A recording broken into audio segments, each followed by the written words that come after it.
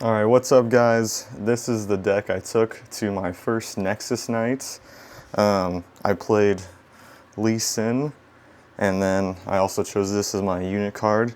I will say now, this deck is mainly just based off the starter deck you bought, and then I had a couple upgrades as you can see. I would definitely make, like obviously I'd add like another Lee Sin, but I just didn't have the card, so this is very much a gutted deck, but I used the best that I could. So yeah, I'm just going to go through kind of what I played, and also I had 3 matches, and I'll kind of briefly try to go through those. Highlights of the deck, I would definitely say, were the Charms. These cards were really useful, and then also the Defies. Being able to counter a spell and react to it seems really good, and also just being able to move enemy units. It's also just like really cheap cards. So I'd say definitely add 3 of each, and if you're running any green, I would say these are really good. Obviously, Sabotage, Dragon's Rage, I'd add more of these if I could because they seem really good. Being able to kill 2 creatures off Dragon's Rage and being able to see your opponent's hand is really good. So if I had the cards, I would add them. I guess I should go over the battlefields. These are the battlefields I use. To be honest, my locals, I don't really know how they do it, but some matches I would be able to just pick the battlefield. Some were like random, so I actually don't know what the exact rules are. But most of the time, I'd just be able to pick it. And I would kind of, depending on who I'm playing against, depending on the opposing legend. If I didn't think they had buffs, then I would usually choose the one where if I conquered, I could spend a buff to draw one, because that really just wasn't useful to them at all. It'd be more useful to me. But yeah, I didn't know what was the exact ruling, so we were just kind of going with the flow. The Nexus Nights are usually supposed to be pretty not so serious and just kind of for learning, so I don't think anyone really cared too much. Obviously, I only had 2 Lee Sins to work with, but I would add another one if I could. And then these guys, I packed some of these guys, so I would probably consider adding a 3rd Kiana and maybe a 3rd Udyr. I'm not too sure, but I only had 2 and 2. But the ratio actually seemed to kind of work for me. Had Blitzcrank. I have yet to play Blitzcrank at all, but I still think Blitzcrank might be really good and really overpowered, and not too many people know about it. You pretty much get to, if you're holding a battlefield, you can just play him, and then you're almost pretty much playing like a charm, or you're pretty much just moving an enemy unit to that battlefield and you're pretty much killing it. So it seems like a really good strategy to just like pull units to a battlefield, because usually the strategy is you'll have Lee Sin super buffed up on a battlefield, and then you play a Blitzcrank, and then you just yoink them over to your battlefield, and you pretty much will instantly kill them. So it seems really good because most people will just keep high value units in their base until they're ready to move them into the battlefield, but this pretty much forces them to play them to your battlefield, so pretty much you can kill high value units. So still haven't played it to test if that theory works, but I feel like it would be pretty good. Some of these are kind of what seem to be like staples. The Mobilize seems good for ramping. Again, I haven't played enough Nexus Nights to really know. It seems like it's good, but I have had games where I would draw them in my beginning hand, and if I maybe had this guy in my hand, I would actually play this guy over the Mobilize. So I'm still not 100% sure if I like this card or not. The Wielder of Water seems really good because if you play it starting off, it's pretty much going to be a 4 might unit, because usually you're attacking defending alone, and then plus if you buff it, it's going to be 5, and that's like a 5 might unit on your first couple turns. Seems really good. Seems like for early control, you kind of get them out to a battlefield, and then once you have enough runes, you instantly play Lee Sin at that battlefield, and then you just move this guy back, and then have him go for the next battlefield. So was kind of the strategy that I had in a lot of games. But the Wielder of Water, I would definitely say probably a staple in most green decks. Discipline, really good, just a +2, draw 1. You're pretty much not going to net at least 1 card for it, and if you get to use this to kill another unit from the reaction, you're doing pretty good.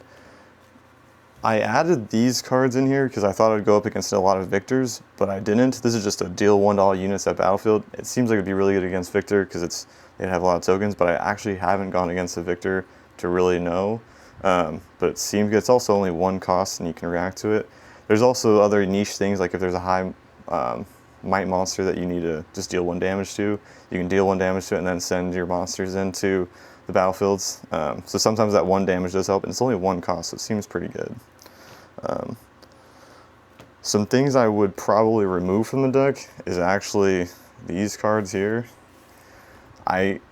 This Lee Sin, it seems strong.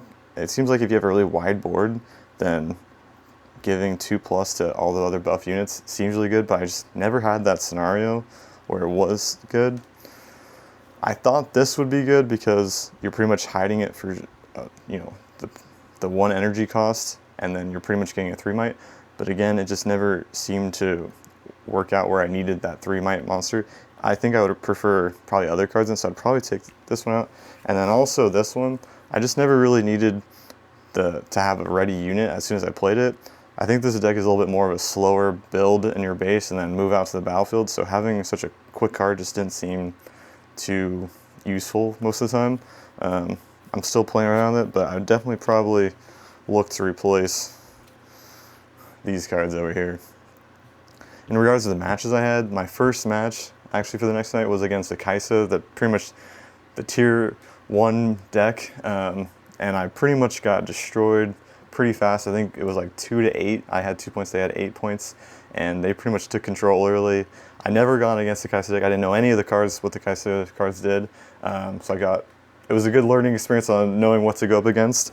It does seem like cards with Deflect, Keanu would be pretty good, so having a 3rd Keanu might help. And also, I ran this card, Spirit's Forge, which pretty much gives my buffed units Deflect. So maybe I'd run a 3rd one of this if I felt like I was going to go up against a lot of Keanus, but being able to force them to pay additional energy costs to slow them down, maybe it does work, maybe it doesn't. Seeing how Kaisa plays a bunch of spells, having the Defy, maybe running Wind Wall might help. I'm not sure. The next Nexus night, I'll probably tweak this around a little bit. But yeah, I played against the Kaisa, got destroyed, was 0-1, and then my next 2 matches were against the Yasuo, both Yasuo players, and I've never played against the Yasuo. I've pretty much only played against Lee Sins, actually, because in my locals pre-release, they only had Lee Sin players, so I know the Lee Sin deck pretty good, but I'm still kind of figuring out the other decks that are going on. But yeah, the Yasuo players I've played against, it just didn't seem that strong. They were able to move around a lot, but my deck seemed to have countered it pretty good. I had a couple of good defies against like their spells that tried to move their Yasuo into my base. And so maybe I had good timing, but I pretty much beat both the Yasuos pretty easily. It was a little bit back and forth, but I never at one point did I feel like I was too behind. In both of the Yasuo games, I pretty much played my Lee Sin immediately when I could, and then I just started buffing it. And then both games, I'm pretty sure I had a Lee Sin that was like over 10 might, and they just had nothing to do with it because their main move is to play Yasuo, attack into it. But at that point, my Lee Sin was just so buffed up that even a Yasuo attacking into it wasn't enough damage. So they just didn't seem to have enough, momentum to kill the creatures I already had defended. But yeah, I went 2-1 overall, got 3 packs. This is the Nexus Night pack you get. Its origin is supposed to be a little special. You can get like holographic runes. So I'm going to open those up and see what I got. See if I got something that can upgrade my Lee Sin deck, because I think I'm going to keep running Lee Sin until I get bored of it, especially since it's like the one deck that I have available. I don't really have enough cards to make another deck, and I'm also kind of enjoying Lee Sin. I feel like the games I have won has been good. I mean, I got destroyed on Kaisa, but maybe next time around I'll have a better shot. So here is the Origins one. Again, I'm pretty sure you can only get this going to a Nexus Night. I think it has special foils. I'm not sure, but I've only actually gotten these from going to these Nexus Nights. So here, and boom, the one card I said I was going to get rid of. I actually thought about running this in the deck just because it's like an early cost and it can be a 3 if I can get out there early. So I might actually consider running this, and then I think Kaisa players run this. So yeah, it's 3 cards and they all seem to be holographic. This one's really shiny actually. That's kind of cool. Oh, they're all kind of like that.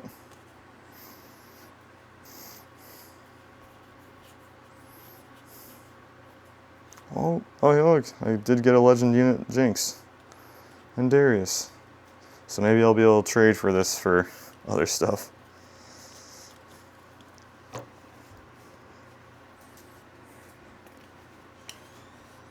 Alright, here's the last one. The winnings.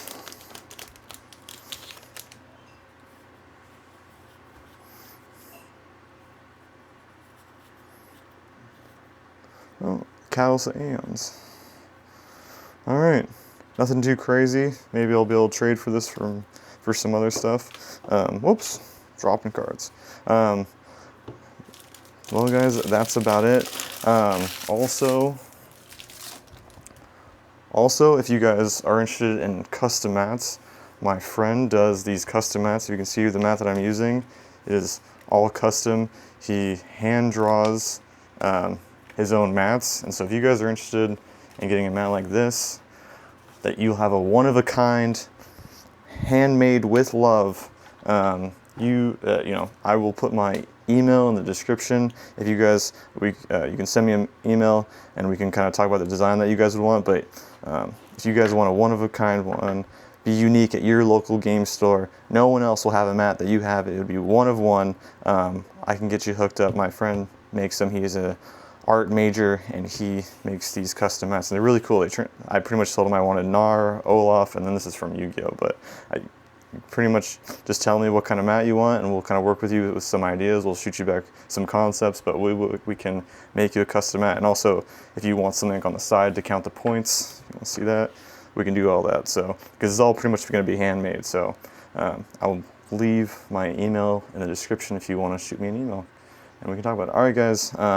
Thanks for watching. I am going to go to more Nexus nights if you want me to kind of break down the deck that I use and kind of the mindset behind it. And I'm going to try to talk about the matches a little bit more. I didn't really write any notes down on the matches I had, but going forward, I'm going to try to make some notes just so I can kind of walk you guys through, give you a little more insight on things that happen and maybe why I won or lost. So, all right, guys, thanks for watching. Hot tamales.